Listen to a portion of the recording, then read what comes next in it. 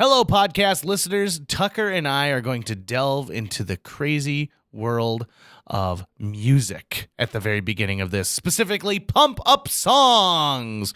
Plus, Emily Brooks, our guest today, is amazing. You can't believe that there are only 24 hours in her day because she's accomplishing so much and she's doing it with such grace and amazing humility. She's so humble. I just want to say, stop it. Stop making me look bad. I had chips for breakfast today.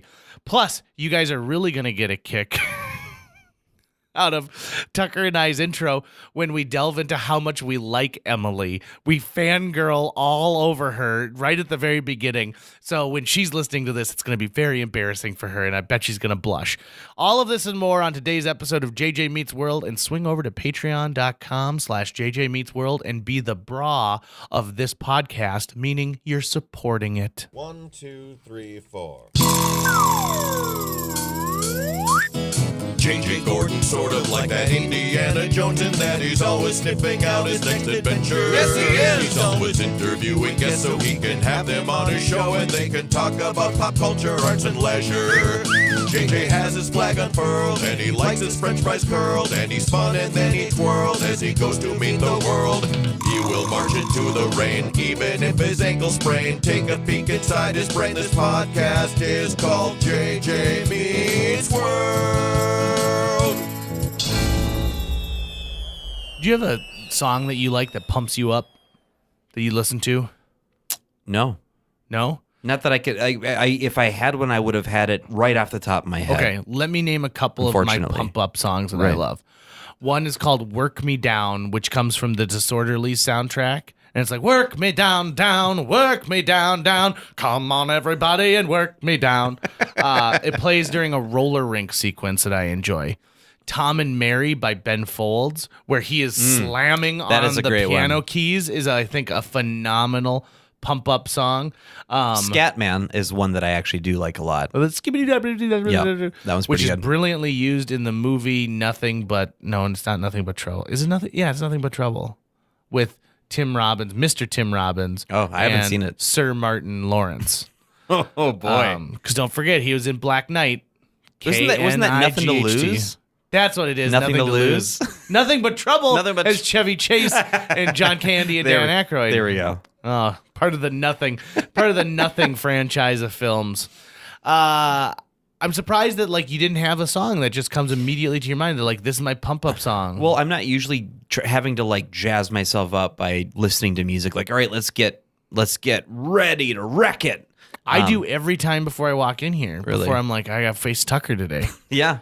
I understand. That's why you have to do that. Come on, Laura Hunter, get me jacked up with a little work me down. You know, when I listen to music, oftentimes it's no vocals, and oftentimes it's like electronic music or something on an internet radio station so that it won't get stuck in my head.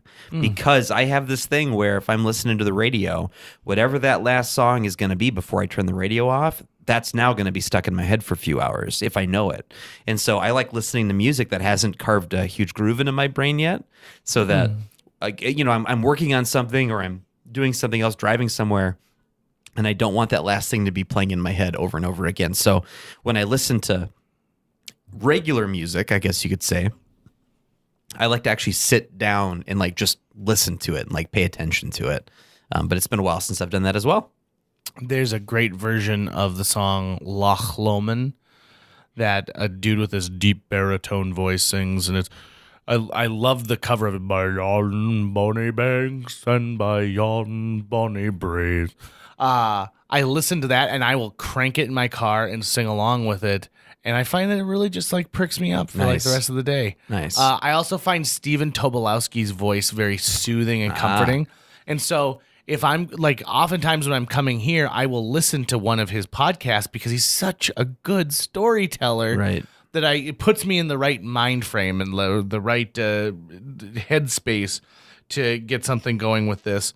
Today's guest is Emily Brooks, and Emily Brooks talks about how she lets her kids pick the music they listen to at dinner. They rotate it through.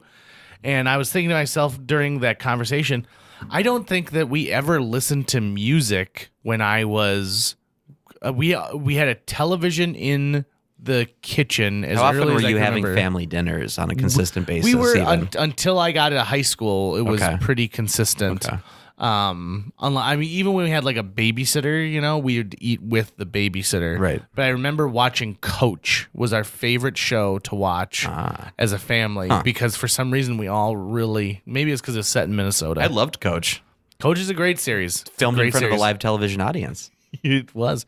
Do they make any shows nowadays that are filmed in front of a live I television think audience? they do, no matter what, because it's good for the performers. That energy helps, but the laughing you're getting isn't necessarily strictly audience laughter from that audience. So that's Yeah. all being sweetened after the fact. But I think my understanding is that both methods are used, audience and no audience, but you as a stage performer understand what having an audience sitting there does to your performance. Yeah. I mean, really cranks it up. I've been told that when you go to see Saturday Night Live, you think, "Oh, I got an awesome seat," and it's right in front of like where the host comes out and gives a monologue. But then you realize, like, oh, they're actually filming the entire rest of the show in like hallways and other sections, and so you spend just most of the time watching the show on television. Right. There's probably one or two stages that might rotate near you or something, but I mean, isn't there an audience like seeing them on stage at all, or they're only seeing them on? Right. Yeah. Right. But the thing is like the audience, like only the right side of the audience might be able to see this sketch because Got it's being it. filmed in this 10 by 10 area. Oh, okay. That is over here and it's blocked by camera equipment. So if you're sitting over on the left side, you can't see that at all. So you're watching it on the monitors. And if they film something that is obviously behind the scenes, so Right. like, where they go into the makeup room or something, you're watching that on a monitor as well. Live television. Wow. It's wild and crazy. Today's episode, I think you guys are going to enjoy. As I mentioned, Emily Brooks is on. She's the 2018 Mother of the Year for North Dakota. She's a small business owner. She's incredibly creative and talented. Yeah. And you know what? Did you find that like her just naturally awesome energy kind of rubbed off? Oh, yeah. Tucker and I both came into this thing obviously just waking up minutes before. And she's accomplished a lot. She's like, I did my workout she today was and I made my radiant. coffee. Yeah. Yeah. And so And I she found- claims to not be a morning person. How is that possible? Yeah, are you talking about like 3 o'clock in the morning? Like that's not good for you? So it was a lot of fun to talk to Emily and to get to just be in her presence for a little bit. So I'm sure it's going to translate really well into audio form. And you guys can listen to that and maybe you've got an idea for a product that you want to collaborate with her on. You've heard her husband before here on JJ Meets World, Bill Mr. Brooks. Bill Brooks. The Fargo Pinball and the Tesla guy. Yeah, we should have him back on for just something. Yeah. Oh, yeah. Yeah. Yeah. Or actually, if there was a family who would ever invite us into their home to do an episode on location, I bet it would be fun to do an episode on location Heck at yeah. the Brooks household. That'd be awesome. We'd get dinner with the Brooks. Yeah. See what music Maybe gets they'd let us picked. pick. It's going to be Bobby Darin. Enjoy this episode of JJ Meets World. And if you enjoy it enough, send us a couple dollars on patreon.com/JJ Meets World and support this podcast. JJ Meets World. Before we hit the record button, you were asking Tucker if he was from South Fargo or North Fargo, and then he Yes. said North, and then you asked him what class he graduated with. I'm curious to know, Emily Brooks, Oh, North dear. Fargo or South Fargo? South Fargo. South Fargo? Yep. And both of my Did you parents. go to South High or Davies? Are you young South enough High. to go Oh, have gone to goodness, Davies? No, no. Neither am I. Davies was not even around, or I don't even know if it was a thought at the time that I graduated. My mother was always really offended when someone asked her if she went to Central High. Oh, And she yeah. was like, Central High burned down almost 2 decades before I was born. Like, let's ease the roll, everybody. Let's just bring it back a little bit. Emily Brooks, welcome to JJ Meets World. Thank you. We're excited to have you. So your husband has been a guest several times on the show. Awesome. He And, always said it was a lot of fun. Did he? Oh, Yes. good. Because He had really, such a good time. He was our gateway drug to you. So we just were appeasing him so that we get you on the show. It's actually a really embarrassing story. Each time we invited him on, we thought we were inviting you on, but I had been given the wrong number. Oh, and I ended serious? up Yeah. No. Oh. And he answers the phone with this high-pitched no. voice. No. Most of the things that I say are not real. Okay. Just letting you know. I'm just meeting you for the first time. Exactly. I will get to know I just your realized personality. I should just throw that out there. I say a lot of things that aren't true. Okay. Crystal Cassette, my dear friend. Yes, and my dear friend as well. So I love her to death. She's my fellow ensemble member at Theater B. Oh. And she's also one of the most like believing, trusting, gullible people I've ever met. So like anything that you say, she will take it at face value right away. Yeah. Right. She's very, very sincere and warm. Yes. And so she's not totally used to me saying things that are nonsense. So one time when she was on our show, I said, yeah, I've wanted to be a podcaster ever since I was like 4 or 5 years old. And she said, really? And I said, no, Crystal, podcasting has only been around for like 10 years. Anyways. It's this odd game that they play, and I don't understand how someone wins. Yes. You know, it's not like Boggle, where there's a clear winner at the end of the session. I don't know if it's so much a winning as an entertainment for yourself. Absolutely. Probably. How far can you lead this person down that path? Absolutely. Emily Brooks, so you were the 2018 North Dakota Mother of the Year. Yes. That's pretty amazing. Well, thank you. Yeah. So tell me a little bit about the history of it. Tell me how it came to be. I know there's an interesting story with another previous Mother of the Year connected to you. Yes. So in 2017, my mother was nominated for Mother of the Year for North Dakota by one of her friends who's been involved with the organization for a really long time. And she won. And so she invited me to go to Washington, D.C. with her while she received her award, and we attended the convention together.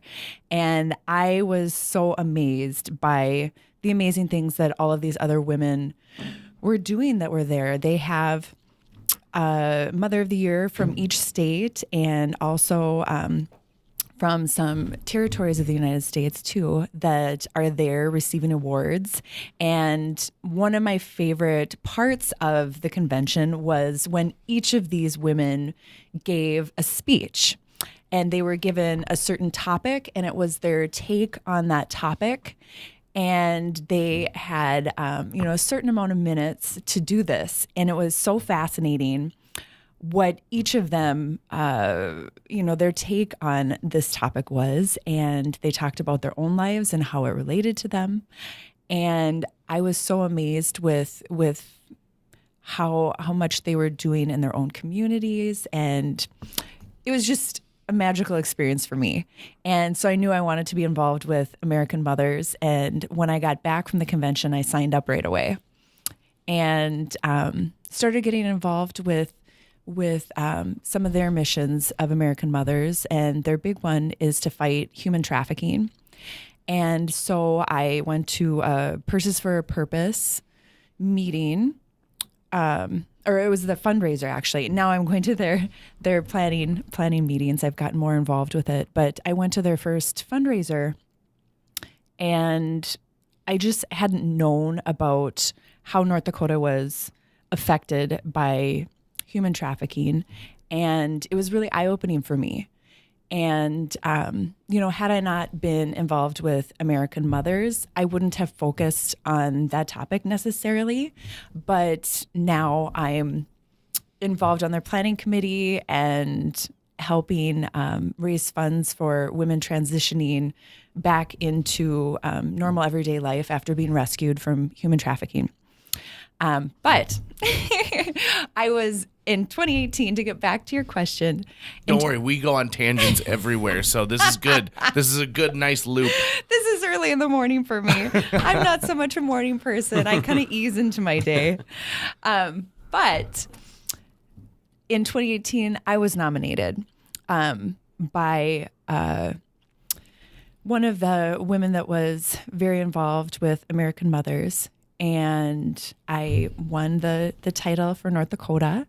And so off to convention I went. And it was amazing all over again. But it was, my favorite part was getting to know the other Mother of the Years from the different states. And it's been really cool to stay in touch with them and see what they're up to. Through American Mothers, we have a group page where we talk about the things that we're working on and just kind of supporting each other. I think when someone hears like Mother of the Year, the first image that can get conjured up is, oh, the convention is like, look, this is the latest thing in getting grass stains out of, tennis shoes. and stuff like that. But it's so much more than that. These are women who are changing the world, including yourself, Emily. And it just, what I don't understand is I don't understand how you find enough time in the day to do all of these things, because it seems like you're constant. Yesterday I forgot to eat until dinner. Yep. But you're raising I just realized I didn't eat breakfast. Yeah. Oh right? my goodness. Just this moment. I'm one of those people who never forgets a meal, so that's so hard for me to understand. But you've got, you've got your life at home, and you've got this amazing work you're doing with human trafficking. I'm sure you have duties for being Mother of the Year as well that's taking you, and you're a small business owner to boot. Yes. Whoa! I mean, where's the? Are you? I'll get all nerdy on you. Do you have a time turner from Harry Potter? Well, part of it is just for us to be organized, and my husband and I to be on the same page. I'm one of those old school planners where I had my date book because that's how I started out. I mean, in college, that's how I kept track of everything and all my assignments that were due. And my husband, being the techie guy he is, has convinced me that I need to have our schedule online. Still can't give up my date book, but we have to be so organized in order to do all of the things that we want to do and accomplish. But we're passionate about living and being involved, and we want to do it all. I just feel like there's so many amazing opportunities in our lives to, either have a lot of fun or to make a difference for others. And both of us want to do it all. And I mean, sometimes we feel like we're just racing around, but we try to take time to rest too. And as I've gotten older, I've so learned the importance of taking time to rest too. I'm a napper. Oh yeah. Because when I'm awake, I'm going like 100 miles per hour. Oh, I love a good nap. So you can just hit the reset button. Yes. So I don't nap, and I'll tell you why. My husband doesn't either. When I nap, it's like my body goes into we're going to sleep for the night. And so when I wake up 45 minutes later, it's like, no, it's not time to wake up yet. And for some reason I sweat. Only when I nap. It's not when I go to sleep for the night. Right. But when I nap, I sweat like there's no tomorrow. So I've never been a napper. Well, I suppose it's not I'm for jealous. everyone. I don't schedule them. Like naps happen when my body says, listen, you need to do this right now. Yeah. So it's like, okay, it's going to happen. But that usually just turns into sleep and then, a nap. Because there's a time specificity to what a nap is, right? I think if a nap goes longer than, say, 2 hours, you're now just sleeping. Yeah, like a You've midday gone to sleep. That's kind of the max out of my nap time. Yeah. Now, what happens if you have many small naps? It doesn't matter as long as that Like Morse coding it all night long? Let's say I have a nap for an hour midday, and then before dinner I take another hour nap, and then I have a nap again before I go out that night. Yeah. You're not going to sleep that night then. You're going to be up all night. Oh, I'm going to sleep as well. I am one of those amazing human beings where when I hit the pillow, it takes me about 5 seconons to fall I asleep. hate you so Yeah. much. No I'm matter not one of those what. either. It's a circus in here for 2 hours once I'm in bed. It just Really? is. I have to read. I have to kind of ease myself into sleep. Do you use an e-reader or a book? Both. Yeah. Yeah.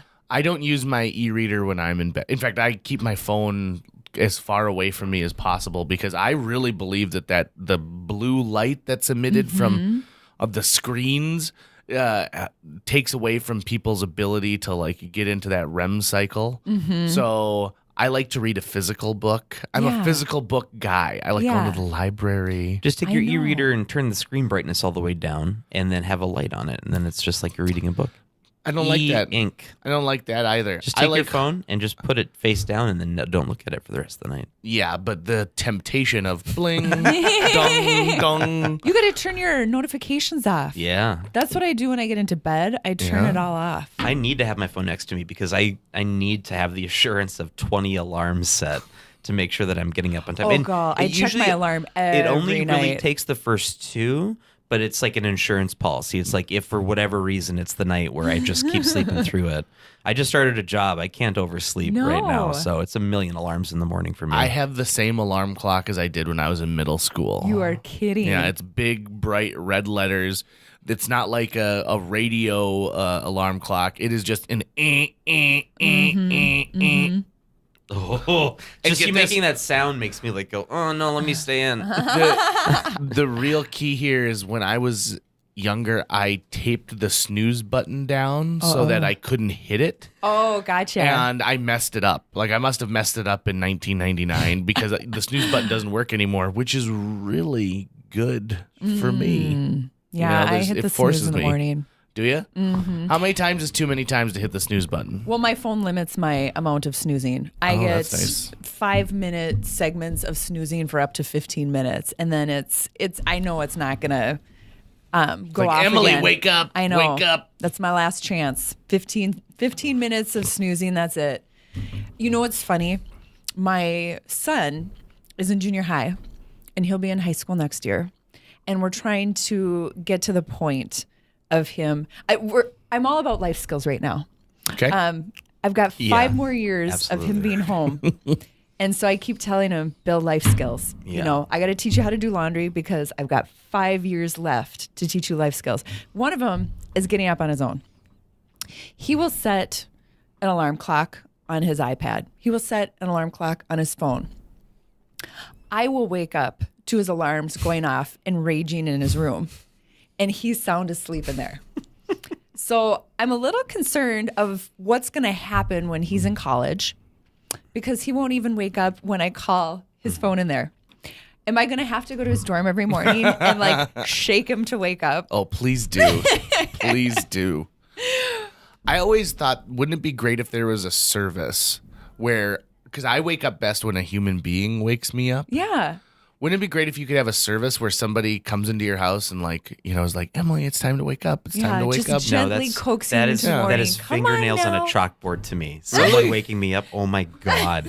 I remember like begging my dad to give me an alarm clock. Okay. Because I was like, I cannot take your wake ups anymore. Because what my dad would do is he thought like a gentle approach. Don't shake someone awake, get them to kind of wake up. Yeah. So he would go and he'd sit at the edge of my bed and he'd go, Tucker, wake up. But I could hear, like at the moment he entered the room, I was awake.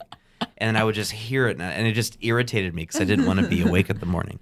So yeah, someone who's like shaking me awake, that's like the worst thing ever. Oh. I need to have like a device do it so I can be mad at the device instead of the person who's doing it. I don't want to direct my rage at them. Yeah, you don't want that negativity in your relationships with others. No. So my tactic for getting the kids up in the morning is dance party music. Ooh. And I knock on their door, and I've got a different song every day. So it just depends maybe on what we've talked about the day before or whatever song I'm into. Yeah. Is that So Super lately Soaker? it's been Panic at the Disco, High Hopes. I love that song. But, just something to get you energized in the morning. Why don't you try the Electric Slide? Easily the best group dance song of all time. I'm sure they'll jump out of bed and just join in the dancing. You can't. That's the thing about the Electric Slide. You can't not It just join. beckons to you. Yeah, okay. It's a double negative there. So tell us a little bit about your business too, Emily, because it's not like you're not a busy person already and you've got a million things going on. You also have a business. So should we talk about both? Should we? Yeah. Should we There's talk? a car alarm going off, just so everyone knows why there's a We're gap in doing this at conversation. the backdrop of the arts market. Is that what it's called? The apt holiday market. Apt holiday market that's going on outside. Yeah, there's going to be people out there peddling their wares. I'm looking through. It's pandemonium right now. It's about 1,000 people out there. But you know what I'm excited about? Speaking of Crystal Cassette, she has a Sugar Plum booth out there. She's not going to be there today. What? Yeah, I asked already. Oh. I said, is Sugar Plum going to be here? Because I want apple cider donuts again. Oh, wow. Yeah, she had a bunch of her delicious treats at Friday mornings yesterday. And so she maybe has to get her baking supplies back up. Yeah, I heard that the glaze that she put on the donuts at Creative Mornings this time was really top Oh, notch. she's very talented. So, okay, so let's go into this. Yeah, and you have let's to do ask it. the question of like, well, what should we talk about first? Because you're doing marketing Yep, for Fargo, for Fargo Pinball. and then you've got your own jam. Yes. And is there more stuff beyond that? Well, just other involvements, but not necessarily business. Okay, so let's do business first. Let's do business. So Taea Made is my business. And the first question that everybody asks me is, what does the name mean? So the name is the first letter of meaningful words to my husband, Bill, and me. And we played around with different combinations of how to put it together. And I'd run it by him. And this was the one we agreed on that we both thought sounded good. So that was 6 years ago. And so here we are. And oh, goodness. I'm a little overwhelmed with the holidays, but that's a good thing. Currently, I'm booked out about 2 to 3 months. Whoa, that's awesome. I know. It's a really good thing. One of my big projects I'm working on right now is with the NDSU Gold Star Marching Band. So one of my passions with my business is upcycling. And I love to see items that are meaningful being turned into something that you can incorporate into your everyday living and that just provide meaningful, home decor. I guess that's kind of a lot of what I do is home decor items, but I do other pieces as well. But with NDSU, the Gold Star Marching Band director, Sigurd Johnson, had contacted me a few summers ago, and they had these retired band uniforms in storage. And he said, what could we do with these that would be a fundraiser for the band and that could utilize these? And so we decided to make pillows, and then later on we did some bags as well out of the uniforms. And it was really well received and so much fun for me to hear the stories of people's involvement with the band. The very first one that I sold was to somebody who was purchasing it as a wedding gift for a couple that had met in the band. And so I thought that was really cool. That's cool. But yeah, I've just enjoyed the stories so much. And right now they just got brand new uniforms. So I've worked on 2 previous uniforms before that had been retired. And now this is the newest uniform that was retired. So there's kind of a big demand for these ones because it is the current students' uniforms. And some of them are even having me take their exact number uniform and turning it into pillows for them. Oh, that's cool. Oh, that's very neat. Yeah. So it's really exciting for me to work on them when I know how meaningful it is to the people that will be receiving them. Mm-hmm. So that's one of my really big projects. I also, Unglued is, kind of my main place that I sell my items by store. But mostly I work directly with my customers. So that people approach you with a project and say, my dad loved this old armchair, but it's falling apart and we don't really need another armchair. Could we do something with this to turn it into something? So if I approached you with this armchair, off the top of your head, any ideas what you would do with it? So take the fabric from the armchair? Yeah. Well, I mean, obviously pillows are really fun, but if you had any ideas too, I like to Sock puppets. if that was your passion. But I like to have the ideas from my customers too of what they want to turn them into. I'm an artist, and I'll just talk about some of the current projects that people have me working on. I have somebody who's going to be throwing a Woodstock party. Sweet. So that will be coming up, I think, during the summer or next fall. Next summer is the 50th anniversary. There we go. That's what it was. And they have a bunch of records from that time period, and they're having me turn them into lettering for their party, and then also wall sculptures as well. So that'll be really fun. And then I also have a customer that brought a really large old-fashioned saw. And I'm going to be doing a painting on that. Like, is it one of those saws where like two people use it and it's got a handle at each end? Yes. Oh, That's I've cool. always wanted to see one I of those. know. So I'm really excited to work on that. But I like working on my regular items, but I'm open to things that are outside my usual realm of what I work on too. I like to stay creative. I like to have a challenge and see what I'm capable of too. That's pretty awesome. Yeah. When someone approaches you and they say, well, gosh, we want to do something with this, is it a lot of fun to brainstorm with people who might not necessarily have that creative outlet on a daily basis, but they get excited about this? This could be the first time they've ever had a chance to brainstorm the creation of something new out of something old. Yes, that's my favorite part. I love working with my customers. And so many times, if they just gave it to me, I don't know if we could make it as meaningful for them as if they had a chance to brainstorm with me. And usually we come up with ideas that are even better than I could have imagined for the project, just because we're able to include some of those little things that are really special to them. Like with the saw project, my customer, we figured out what the woman who's receiving it, what is her favorite season? Why does she like that season? So we came up with a few things that we wanted to include, like she enjoys camping. Well, how can we include that in it? But just to make it as personalized as possible. Even I worked on a sailor uniform as a surprise gift for a woman's husband. And we... Sounds interesting. Like an old-timey sailor's outfit, like a Donald Duck style sailor's outfit? It was so cool. But there were so many meaningful pieces to it. And we included his initials embroidered on it to make that a little bit special. But as I was working on it too, I found in one of the pockets his comb. And it was from the time period that he was using the outfit.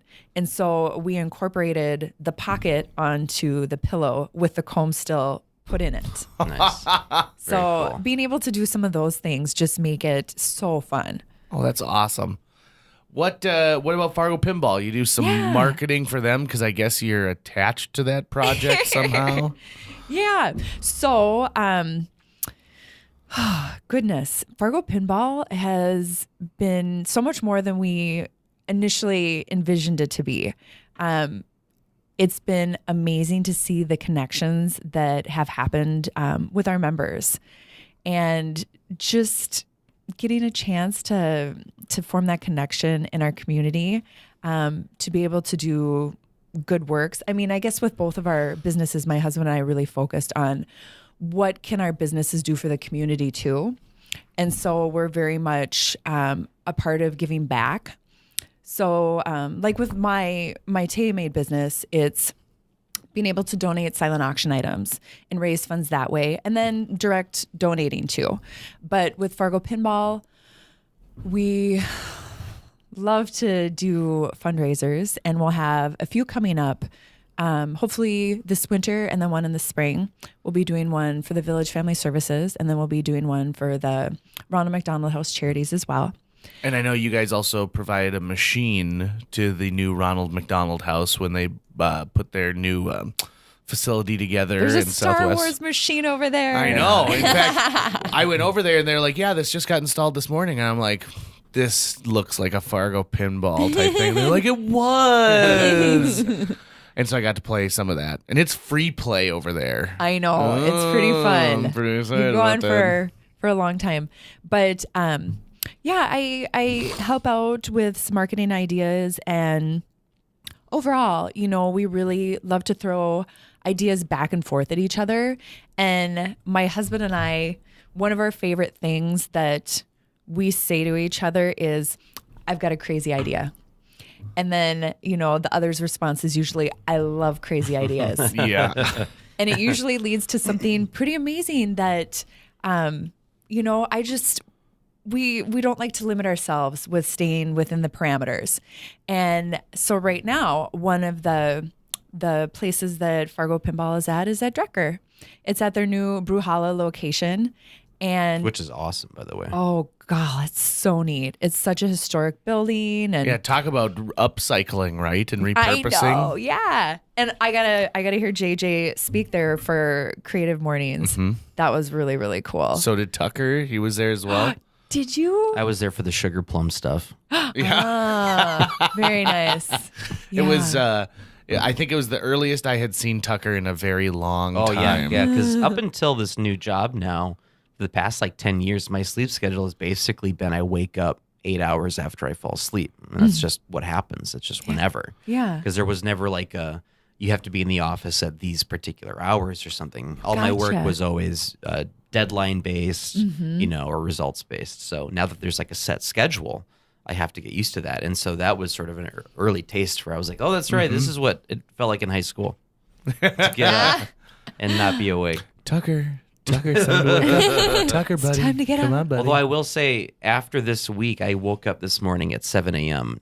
naturally. Well, that's Wow. good. So maybe but then I You went back seem to sleep slightly surly this morning. again. I went back to sleep again, and I had a cat that was meowing constantly at the door. It wasn't letting me stay asleep. No, that was me. That was you. What I like about Fargo Pinball is there's something sort of universal about pinball for generations. Yeah. So I know a dad who brings his son to go play pinball, and they both choose a different machine based on the era. So one of them plays like the Kiss machine, while the other one plays the Guardians of the Galaxy machine. Sure. But it's two guys who are doing the same activity, and they're finding this neat bonding experience as being a part of it, and going over and being like, oh, you got this bonus. I finally got the silver ball. I got 3 of these things knocked down, and it opened up this special part. And it's something that I think Fargo needs because it breaks my heart to think about all the arcades we used to have that are I gone by the wayside. know. And I'm Do you so remember excited. Pirates Den? I love yeah. Pirates. I love Pirates Den in every single location the mall Yep. put it in. Yep.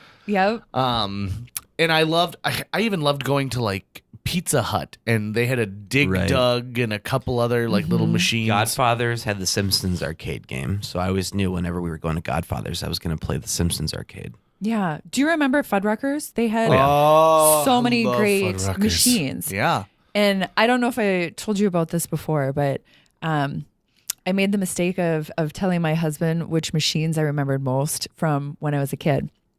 And so it was Fuddruckers, and I didn't know the name of the games. So it was this fish that would flop back and forth when you got to a certain point. And then it was this other machine. They were both pinball machines. It was another one that would start blowing a fan on your face when you got to a certain point.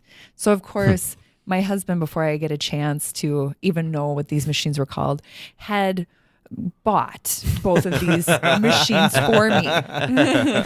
So it was Whirlwind and Fishtails, and we have them both at the club. Aww. But he's sweet like that. Do you have any pinball machines in your home? So we did.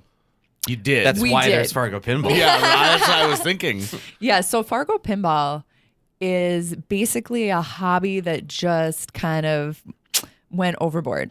So both my husband and my brother-in-law had their own private collections of pinball machines and arcade machines.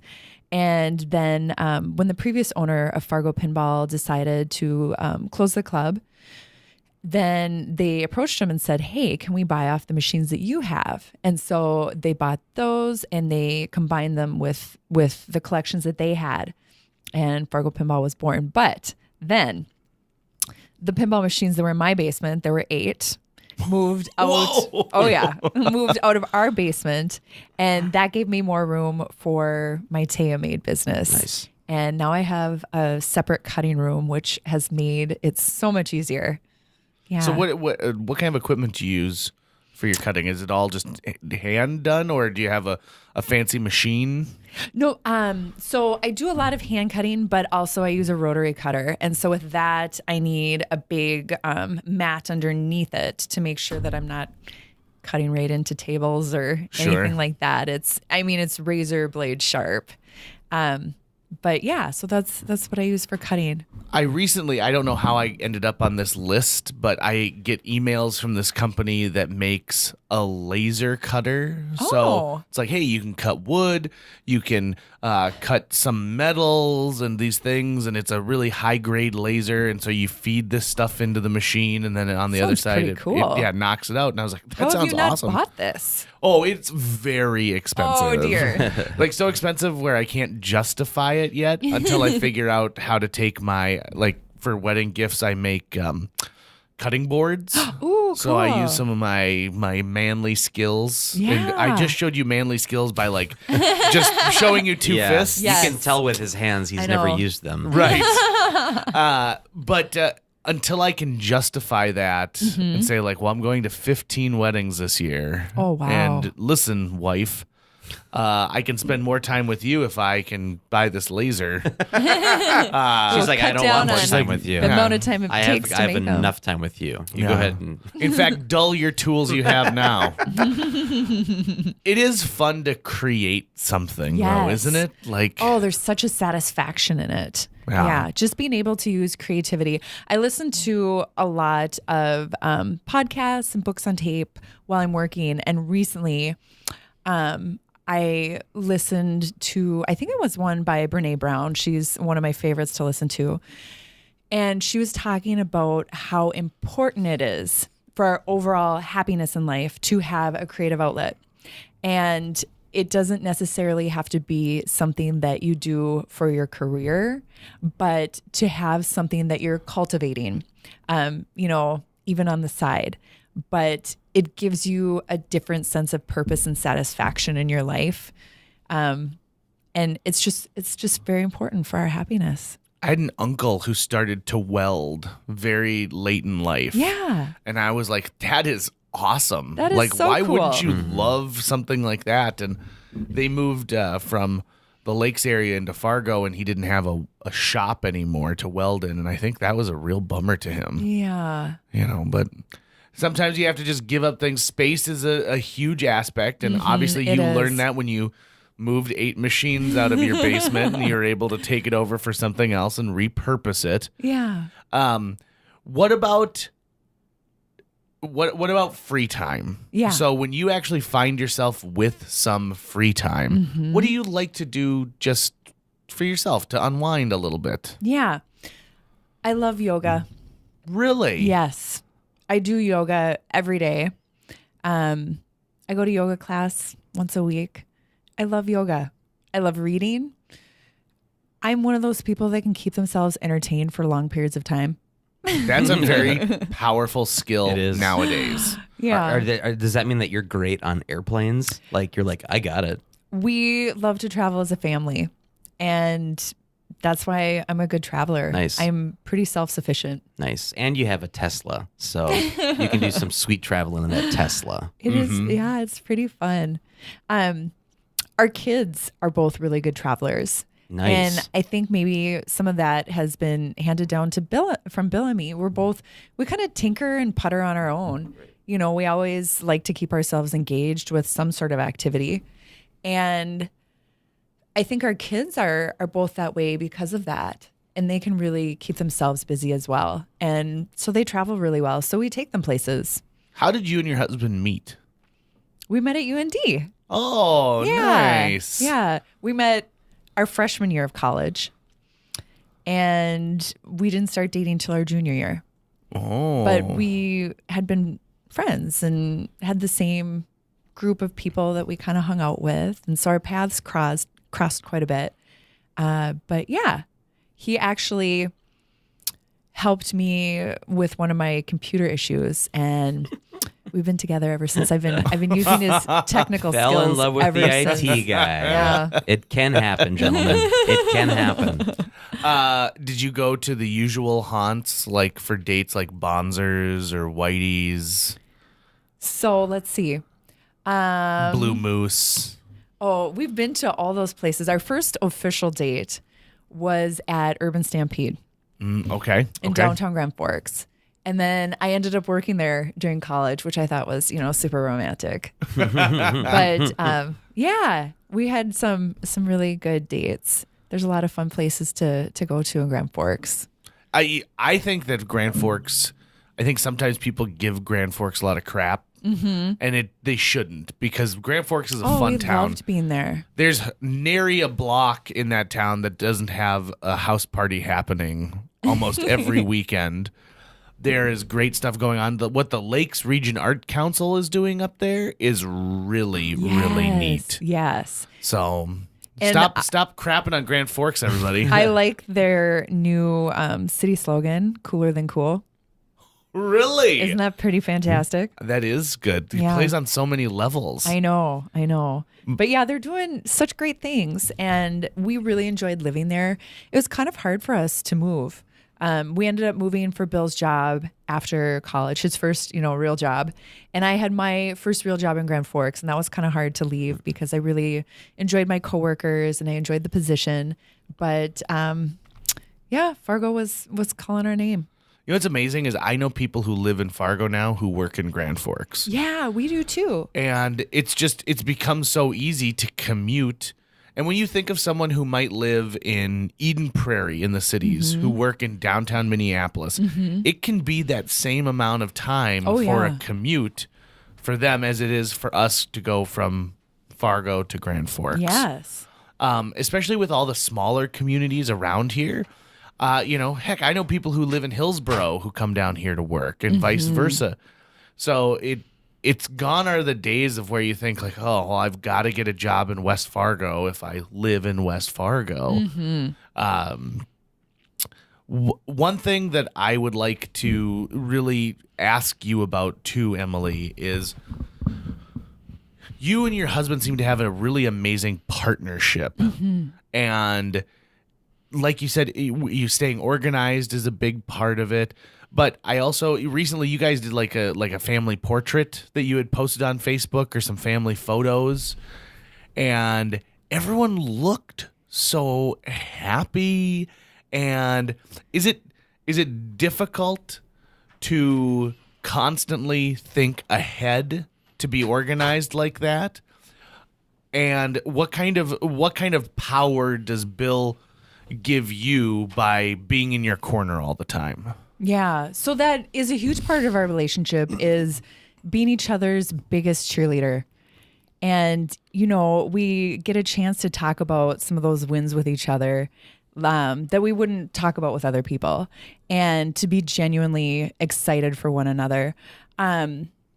Goodness, we do have such a good relationship, and we are so close. I think so much of it is humor too, because there's just so much in life that's heavy.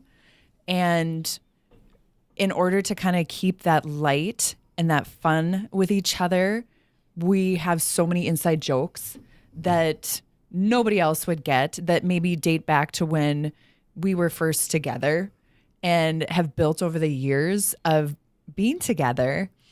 That he understands me like nobody else can.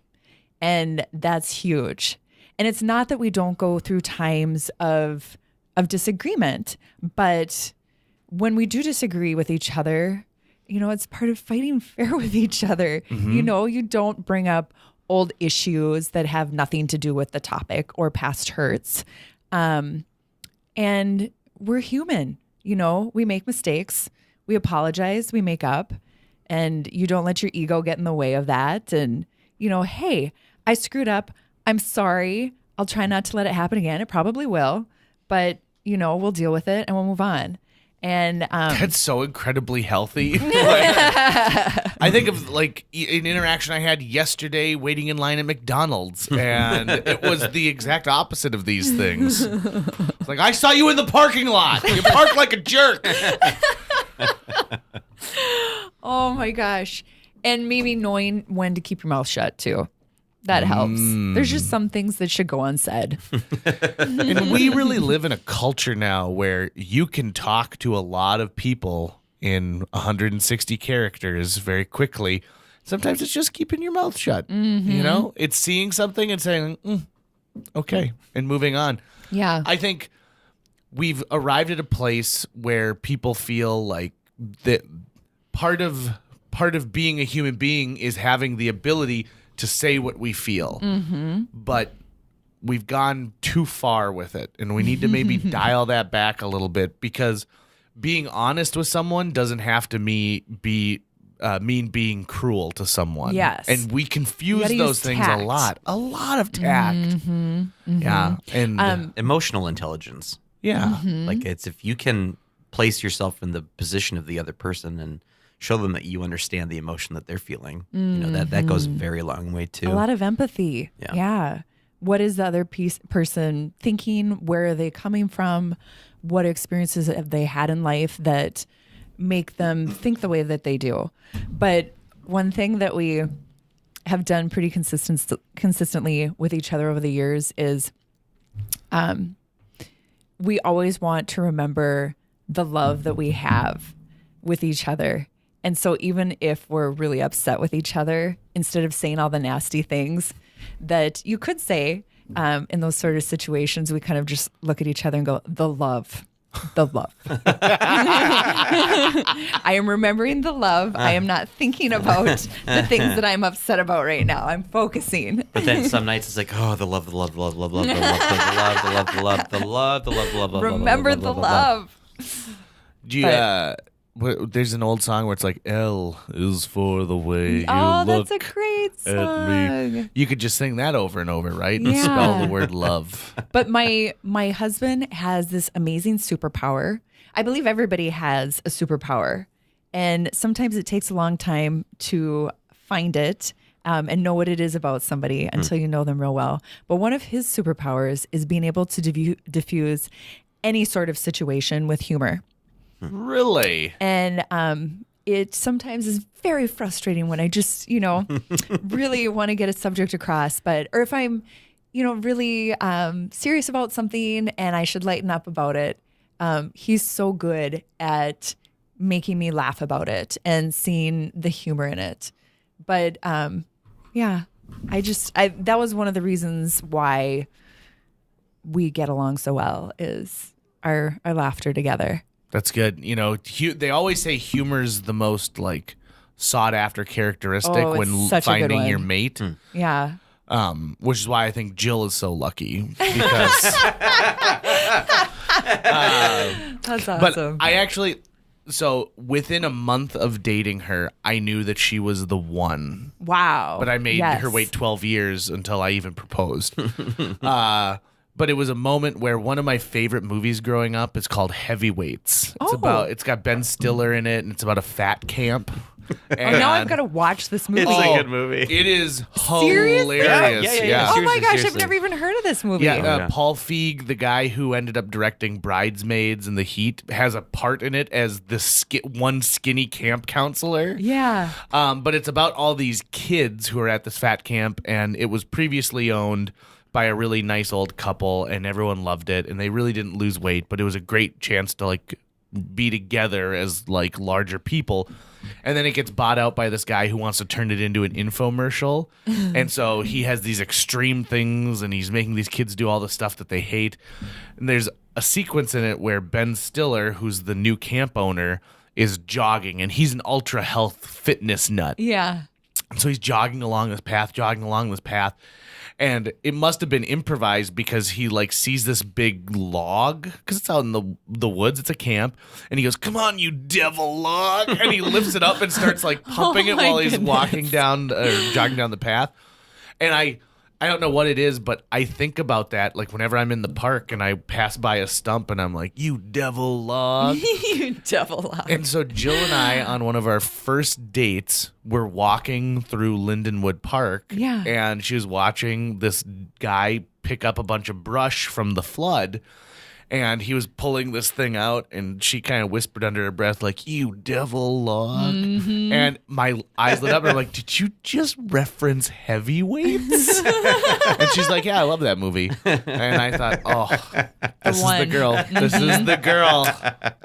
Now, Magic. since then, we have found out that we are drastically different when it comes to movie choices. Okay.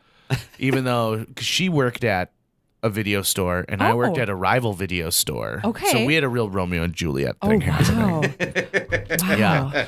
And if you want to find people who have the worst recommendations of the weirdest movies, you find someone who worked at a video store. Yeah. Because they've seen everything. Oh, and I'm for sure. some reason, they've got one or two movies that they just really want the rest of the world to see. Yeah. And most people are like, this wasn't very good. I'd rather rent Rise of the Silver Surfer again.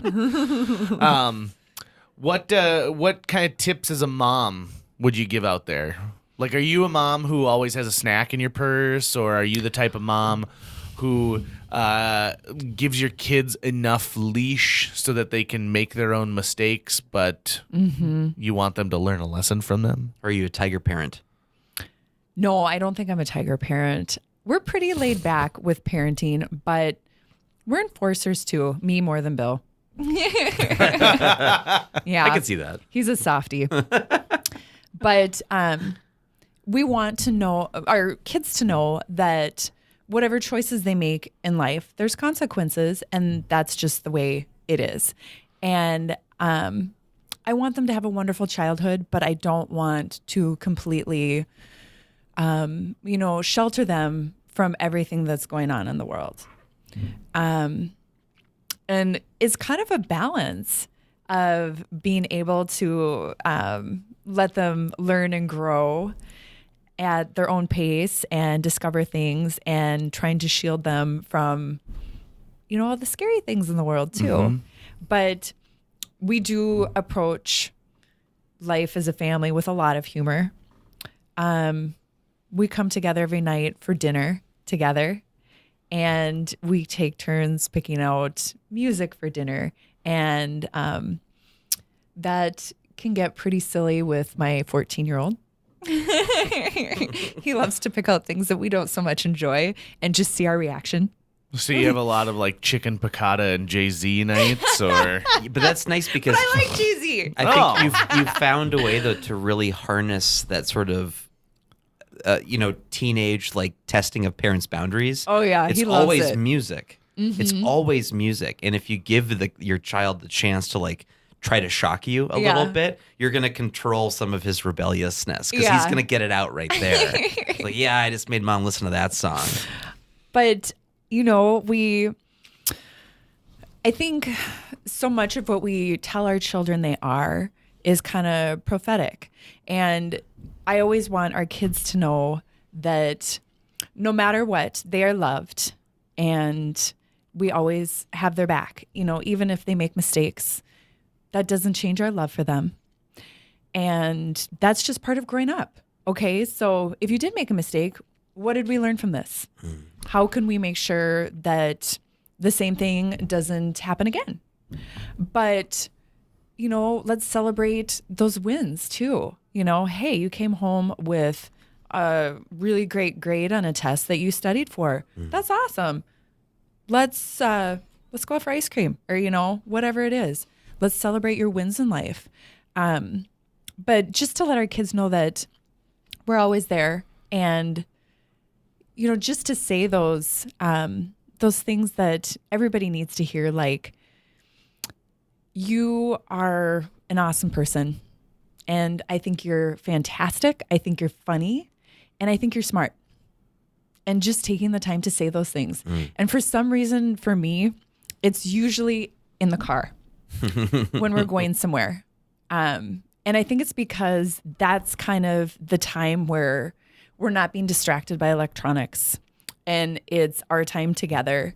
And it's kind of when my parents would say those things too to me. Hey, I love you, and I think you're great. And so for some reason, those moments happen in the car.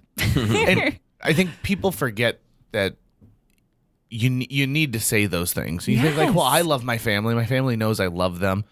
But you still need to say them out loud. My dad and I did not have a lot in common, even though I think a lot of my personality comes from my dad. Surely my ability to just walk up to a stranger and I'll become friends in 10 seconds. But he liked sports, and he was a UND alum as well. Woo-hoo. And so he was always hoping that I would, get into UND football or hockey, and it just wasn't my jam. And The first time I was ever in a play in high school, because I had done some stuff like in elementary school. Those don't count. But when I was in high school, I decided, I kind of like this theater thing. And I auditioned for a play and I was in it. I remember my dad being just devastated because he was on a work trip and he was going to miss the one night. It was a one-act play, so we were doing it just one performance in Fargo and then taking it on the road to a state competition. Yeah. And he was just devastated by the fact that he couldn't be there. And he actually wrote me a letter talking about like how proud he was that I saw this thing through and it's going to be great. And tell me you still have that letter. I do. I've got a thank box goodness. of stuff that, that has always meant stuff to me. And the box gets bigger every year, but I love it. And I think to myself, like, he could have come and just been like, hey, that was a good show. Good work. Congratulations. You did this. But knowing that he actually had an emotion attached to having to miss it, that really made me go like, oh, God. My dad really loves me. And something that was important to me became important to him. Yeah. Even though the last thing in the world he probably wanted to do was sit and watch a bunch of high schoolers just slaughter a Woody Allen play. But those things are important. Yeah. And, if we could just do that a little bit more often, and it doesn't have to just be with our families too, right? And it can be such simple things. I mean, even for my husband and me, it's not just the saying, I love you. It's the showing. And it is such little showings that make a difference. Like, I'm always the one who gets up first in the morning. And after I'm done making my coffee, we have a Keurig. Nice product placement right there, by the way. I set it up for him with his favorite coffee. And we differ on coffee. Oh, without a doubt. Yeah. But so I put his favorite in there. And we need some more deets here. So your favorite coffee is what? His favorite coffee is what? I'm Starbucks. Okay. And he is Dunkin' Donuts. So you're brand specific. What about dark roast, light roast? What are we talking? I like dark roast. Really? Yeah. Did you know that dark roast has less caffeine in it than light roast? Does it? Yeah. I read that actually this week. The lighter the roast. roast. Which I found was surprising. The lighter the roast, the higher the caffeine content because the roasting of the beans that make it darker kills off some of the caffeine. Maybe that's why I like dark roast better because I'm one of those people who's super affected by caffeine. I mean, you'll still get some good caffeine, but I've now tailored my coffee choice to how much caffeine do I feel I need right now? Do I need more of a jolt? I'll go for the lightest roast they have. And I'm like, no, I want more of a slower release caffeine, then I get a darker coffee. I like to say the lighter the roast, the sooner you're a ghost because, caffeine can cause heart attacks. Just like how I also like to say the whiter the bread, the sooner you're dead. So don't eat the super bleached white bread.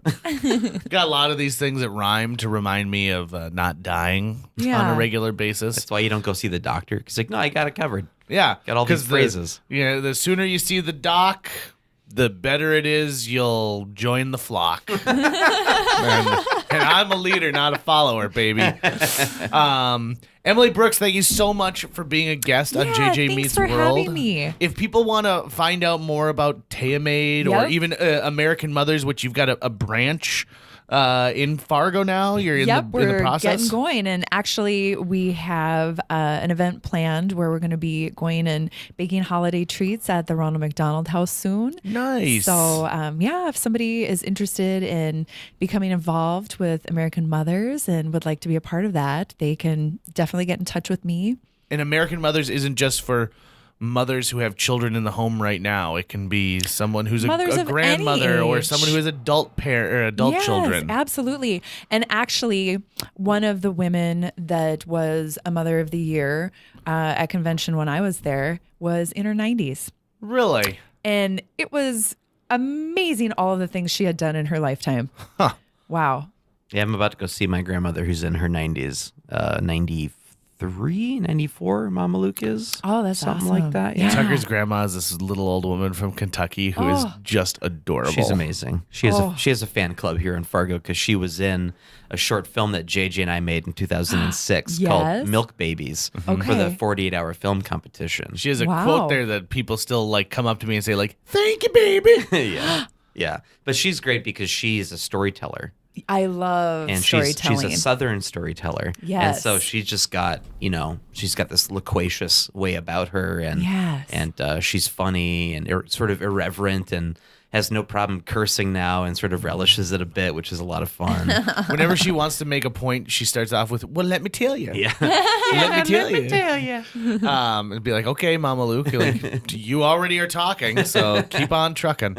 And if people want to find Taea Made, Yep. So Taea Made, you can go to taeamade.com. It's Spell it out, yeah. TAEAMADE.com. all right. Yeah. Sounds great. Emily Brooks, thank you so much for being here. Thank you. We got to get your kids on, and then we'll have the whole Brooks family lineage. I'm actually very curious as to what they would say. So, yeah. Our mom lets us just pick up music. It's fun. I don't like getting up in the morning. I wear headphones to bed. All right, podcast ended.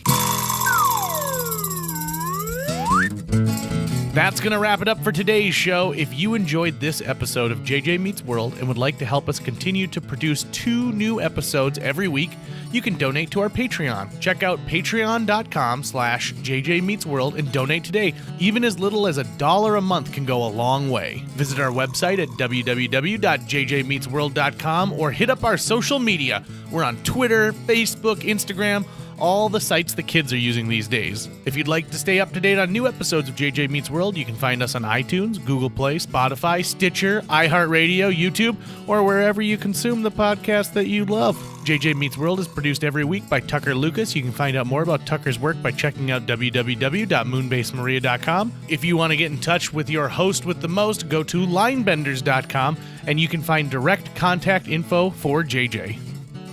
I nominated you for Mother of the Year this year, Tucker, but I don't think that they're going to take you.